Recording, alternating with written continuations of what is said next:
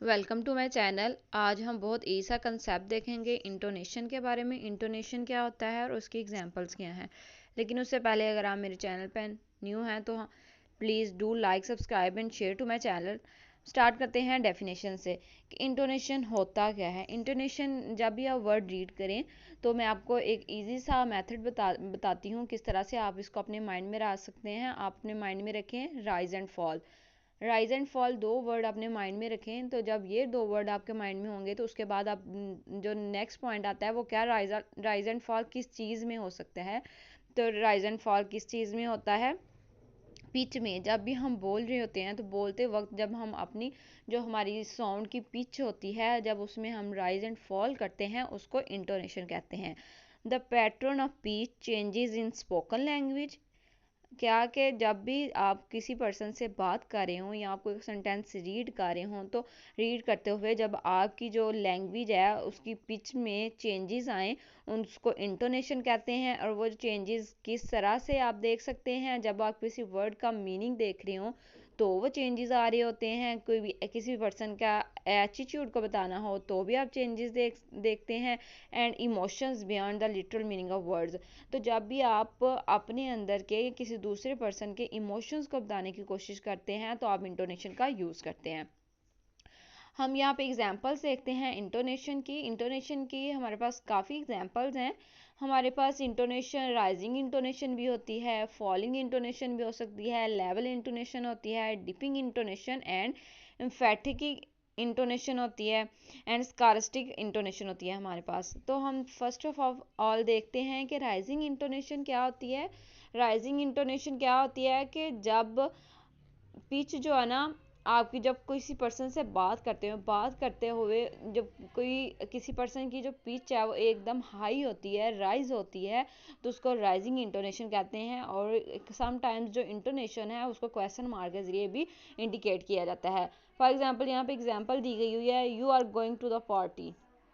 अब अगर आप सिंपली वर्ड पढ़ें ना, सेंटेंस पढ़ें you are going to the party, तो आपको ये इतनी उसकी पिच में राइज एंड फॉल नहीं नज़र आएगा। लेकिन जब आप उसको एक पैटर्न के साथ रीड करने की कोशिश करेंगे, you are going to the party, मतलब ये देखें you are going to the party, अब आपकी क्या हो गया, पिच राइज हो रही है एंड पे जाके कि तुम पार्टी पे जा रहे हो, क्वेश्चन मार्क उसने यूज़ किया हुआ है।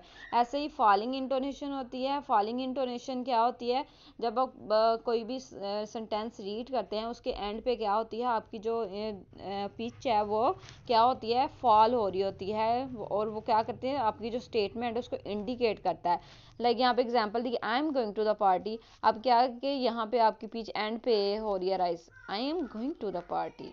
तो वो क्या कर रहा है कि एक स्टेटमेंट है वो इंडिकेट कर रही है कि बता रहा है कि मैं पार्टी पे जा रहा हूँ। अब हमारे पास है लेवल इंटोनेशन। लेवल इंटोनेशन क्या है कि जब आपकी pitch remains relatively level through out, कि आपकी जो पिच है थ्रू आउट सेम रहे, इसमें कोई भी किसी तरह की चेंजेस ना आए और वो न्यूट्रल स्टेटमेंट को प्रेजेंट करे। अब यहाँ पे सेंटेंस दिया गया, I am going to the store, I am going to the store. आप देखें यहाँ पे रिमेन्स उसकी जो है ना पिच वो हाई एंड लो नहीं हो रही, वो सेम रह रही है, तो ये इसको लेवल इंटोनेशन कहते हैं। Fourth one is dipping intonation. Dipping intonation क्या होता है, व्हेन पिच डिप्स और falls in the middle.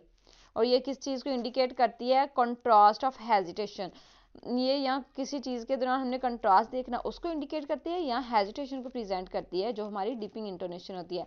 I am going to the party but I don't know if I will stay.